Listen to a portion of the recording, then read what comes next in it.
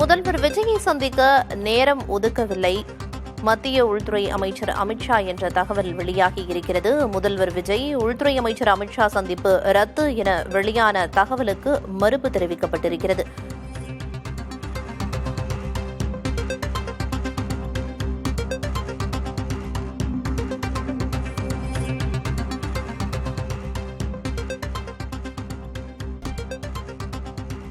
முதல்வர் விஜயை சந்திக்க மத்திய உள்துறை அமைச்சர் அமித்ஷா நேரம் ஒதுக்கவில்லை என்று தெரிய வந்திருக்கிறது.